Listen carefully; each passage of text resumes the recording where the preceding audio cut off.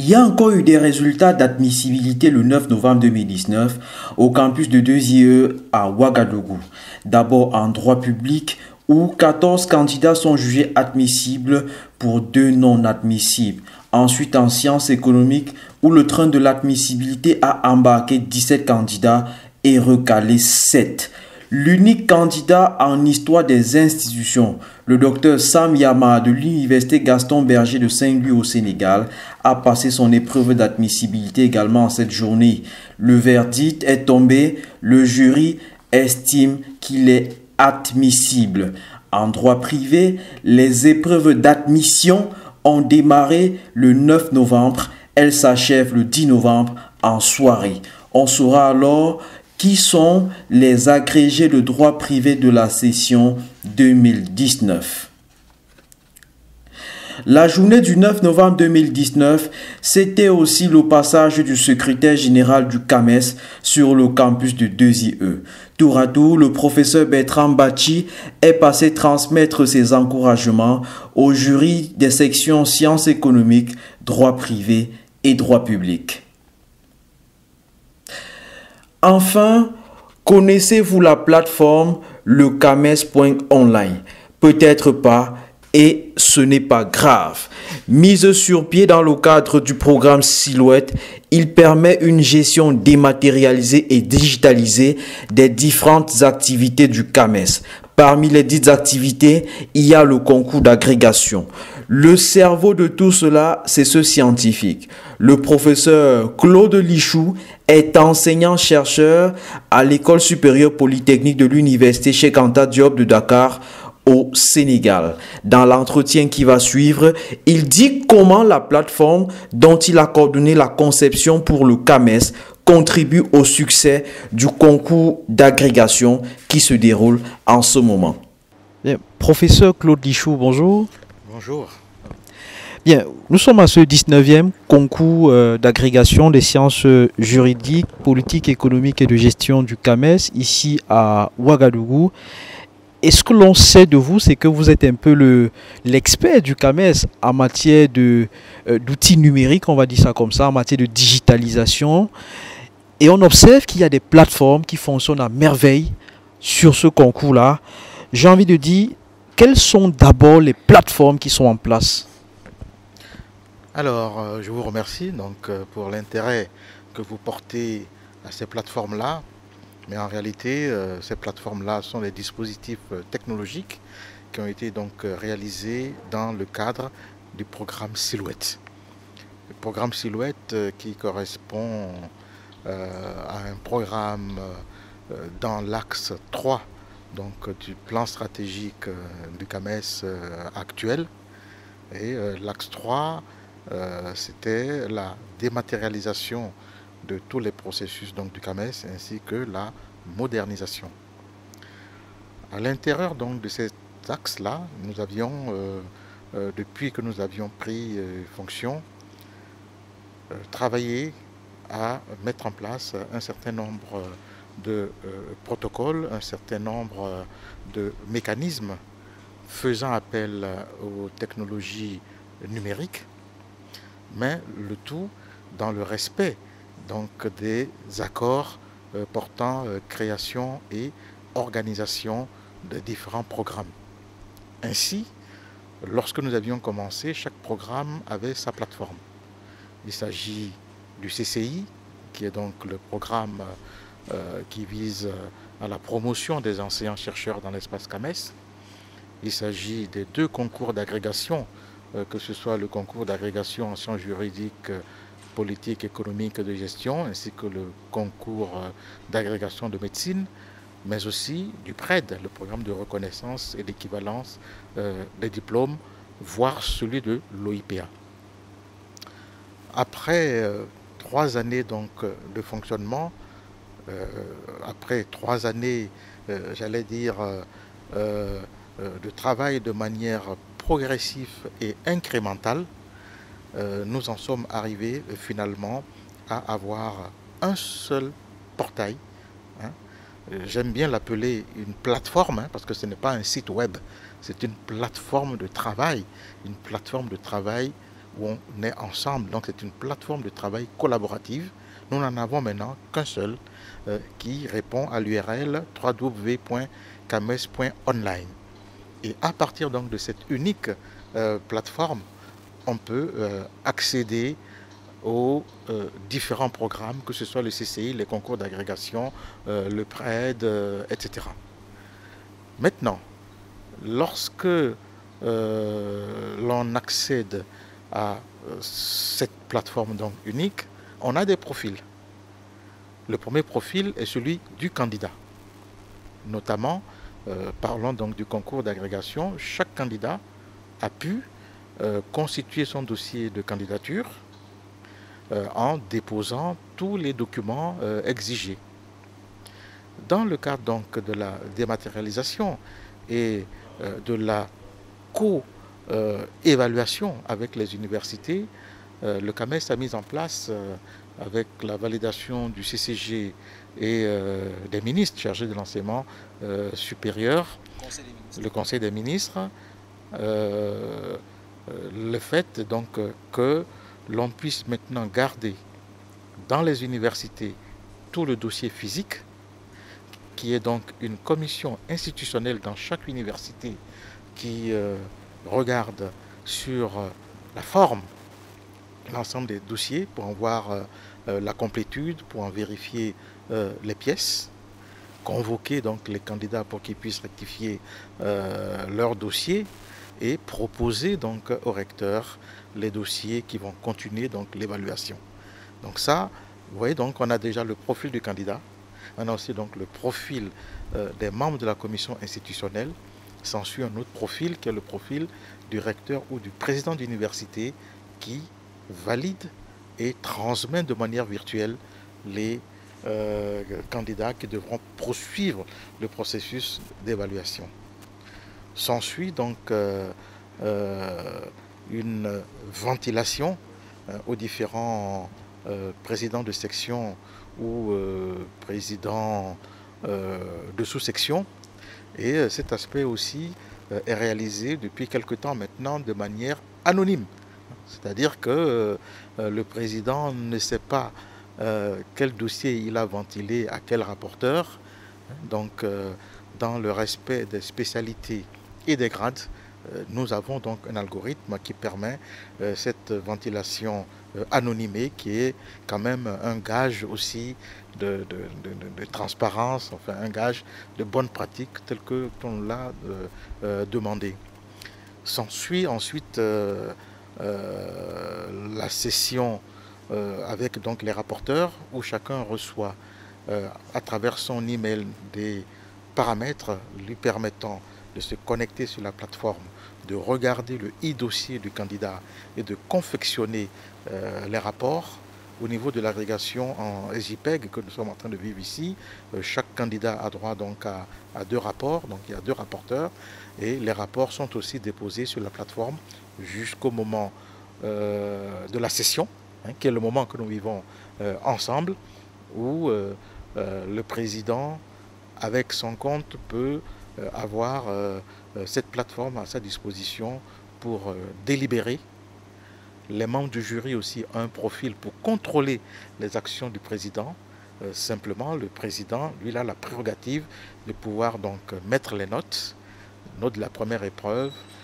À l'issue donc de cette première épreuve, la sous-admissibilité et les procès-verbaux qui vont avec sont automatiquement générés, et il y a proposition de la liste des candidats pour la deuxième épreuve, ainsi de suite jusqu'à l'admission. On retrouve donc de manière quasiment automatisée toute la paperasserie, toute la partie donc d'administration à réaliser. Ainsi, je pense que les membres du jury peuvent se concentrer un peu plus vraiment sur la partie évaluation des candidats.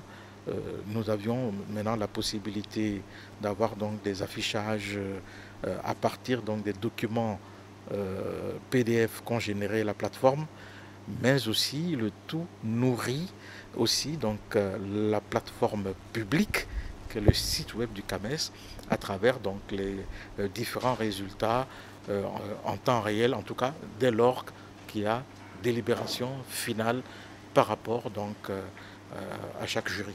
Hein. Donc voilà un peu le processus de dématérialisation de cette plateforme-là, où vous avez vu donc la plupart des acteurs ont bien entendu un profil leur permettant de bien mener leurs travaux, jusqu'à même le prix Coris Bank, lui aussi, est encodé au niveau de cette plateforme-là. Et dès qu'on lui met l'ensemble des éléments de CV, les articles, en tout cas, dès qu'on lui insère le référentiel du prix, eh bien, la plateforme va générer directement le lauréat des lauréats, celui qui a donc le prix.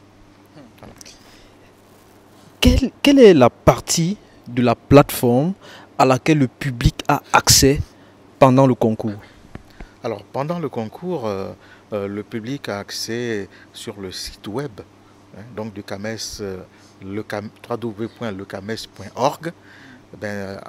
Dans ce site-là, qui correspond au site institutionnel du CAMES, il y a les résultats qui sont publiés au fur et à mesure dans le respect, bien entendu, des délibérations et de ce que donc la plateforme a pu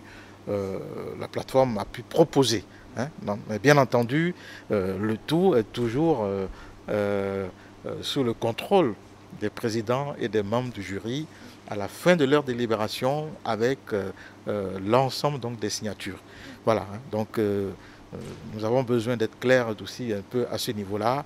La plateforme est très formelle, ce n'est pas un outil technologique, elle fonctionne vraiment dans le respect des textes, hein, n'est-ce pas, encadrant le concours.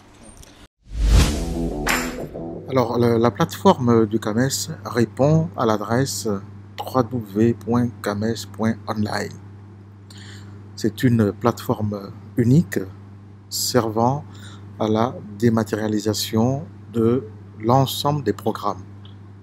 En particulier, sur cette page d'accueil, vous avez la gestion des comités consultatifs interafricains, le concours d'agrégation en sciences juridiques, politiques et de gestion, le concours d'agrégation en médecine, odontologie et médecine vétérinaire.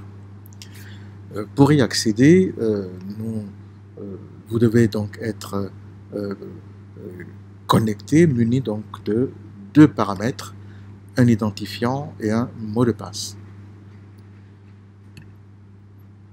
L'identifiant et le mot de passe vous permettent donc de rentrer à l'intérieur donc de cette plateforme où vous avez un tableau de bord, une zone de gestion des candidats, une zone où se trouve donc l'ensemble des inscrits du CAMES, une zone de téléchargement qui correspond donc à toutes sortes donc de documents, de procès-verbaux selon les concours et selon les programmes, une zone donc pour les CCI, une zone pour les concours d'agrégation en sciences juridiques, politiques et de gestion, une zone pour l'agrégation de médecine. Alors, nous allons nous concentrer sur la zone en ce qui concerne l'agrégation en sciences juridiques, politiques et de gestion. À ce niveau, vous avez donc déjà donc la possibilité d'examiner les résultats. Dans cet espace permettant donc les résultats, vous avez donc la possibilité de filtrer par section, de filtrer donc les différentes sections sont là, droit privé, droit public, histoire des institutions. Vous avez la possibilité de filtrer donc par pays, ainsi qu'un filtrage par université. Ici, vous voyez par exemple les résultats donc de la première section ayant donc délibéré. Nous allons voir aussi qu'il y a une possibilité d'avoir des statistiques en ce qui concerne les âges, hein, par tranche d'âge, la possibilité de voir tout ce qui concerne les statistiques sur les rapports.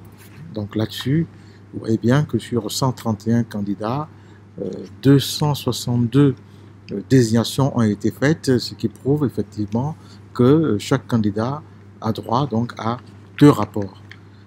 Cet espace aussi de statistiques vous montre la désignation des rapporteurs par section en images, ainsi que les universités, donc des rapporteurs. Vous voyez bien que pour nos collègues français, ils viennent de Paris 2, de l'Université de Nantes, de Lorraine, l'Université de Montréal. Pour ceux qui sont en Afrique, Yaoundé 2, Ngaoundéré, Abomey Calavi, Alassane Ouattara, etc. Et j'en passe. Alors, il y a quand même que la presse aujourd'hui est très demandeuse des statistiques. Les statistiques sont un outil extrêmement important aujourd'hui au sein des rédactions pour analyser les performances des pays, des universités, etc. Est-ce que si une rédaction vous contacte dès le soir du concours pour avoir des statistiques détaillées et vraiment bien analysées sur ce concours-là, vous les fournissez le même soir? Eh bien, j'ai le plaisir de vous annoncer que, toujours dans le respect du code d'éthique et de déontologie du CAMES, parce que c'est le soubassement, notre plateforme dispose effectivement en temps réel de l'ensemble des statistiques par pays, par section, par université. On a tous les éléments donc en temps réel. Et les décideurs, comme ceux de la presse, peuvent utiliser donc toutes ces données-là, bien entendu, dans le respect du code d'éthique et de déontologie. Voilà. Est-ce que les informations sur tous les autres concours depuis 1983, depuis 1982, figurent aujourd'hui sur la plateforme et sont donc accessibles? Non. Nous avions commencé donc à dématérialisé depuis 2012. Voilà. Nous avons donc des archives numériques depuis 2012, mais avant, ce n'est pas le cas. Il serait effectivement intéressant de pouvoir commencer à mettre en place des archives pour les années précédentes, mais c'est encore un autre travail qui demande d'autres moyens. Mais il peut toujours envisager de le faire. En tout cas, depuis 2012, nous avons numérisé, nous avons donc des archives numériques permettant de faire des statistiques, permettant aux décideurs d'avoir donc des tableaux de bord explicites pour le décisionnel. Merci professeur Claude Lichou. Je rappelle que vous êtes enseignant-chercheur permanent à l'école polytechnique de l'université Cheikh Anta Diop de Dakar. Exactement, j'y suis professeur titulaire depuis bien longtemps à l'école supérieure polytechnique. C'était le round-up du 9 novembre 2019. Merci de l'avoir suivi et n'oubliez pas de vous abonner à la chaîne Afrique Université TV, un support hébergé au sein de l'agence universitaire pour l'innovation à Yaoundé au Cameroun.